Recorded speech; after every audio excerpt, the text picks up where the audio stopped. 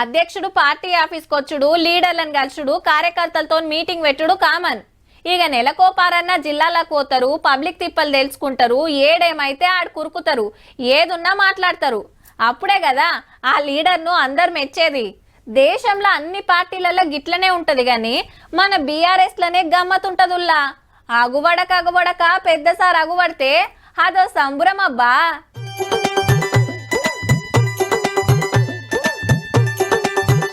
రావాలి, నమస్తే చెప్పాలి, ఫోటోకు పోజ్ ఇయ్యాలి. రప్ప రప్ప నడుస్తున్నది. చూడుర్రి మరి ఎంత పెద్ద లైన్ ఉందో. హాల్ కాంచి ఆకిట్ల దానిక తక్కువ మంది లేరు. అరే నూకేసుకోకుర్రే, అందరిని కలుస్తాడు గాని ఆయనతో ఫామ్ హౌస్ కి వెళ్ళిపోతాడనే ఆత్రం కావచ్చు. అసెంబ్లీలో హాజరేసుకుంటానికి హైదరాబాద్ వచ్చే కదా, రాత్రి నందినగర్ ఇంట్లోనే ఉన్నాడు కేసీఆర్ సారు. పొద్దుగాల ముఖ్యమైన లీడర్లతో మీటింగ్ నడిచింది సర్కార్ మీద ఎట్లా కొట్లాడాలనే దాని మీద. పెద్ద సార్ పట్నంలోనే ఉన్నాడని తెలిసి కార్యకర్తలు అభిమానులు సీతం వచ్చిర్రు కలిసి ఫోటో దిగేతానికి.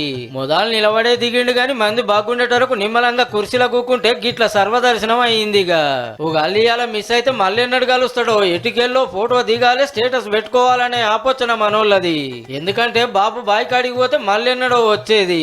అసెంబ్లీ మీటింగులకు కూడా వచ్చే కోపు కొడతలేదు. మళ్ళా ఈ ముచ్చటి ఇట్లుంటే నీళ్ల పంచాయతీ మీద హరీష్ రావు సార్ గిట్ల అన్నాడు. ఏది మా విజయమే, మేము కొట్లాడితే బంకచర్లు ఆగిపోయింది అన్నారు. అది ఆగలే, డబుల్ దెబ్బ తగిలింది. మొదటి దెబ్బ గోదావరి నీళ్ళు పోయేది ఎట్లా పోతున్నాయి, రెండవ దెబ్బ బచావత్ అవార్డు ప్రకారంగా రావాల్సిన 45 కూడా రాకుండా పోతుంది.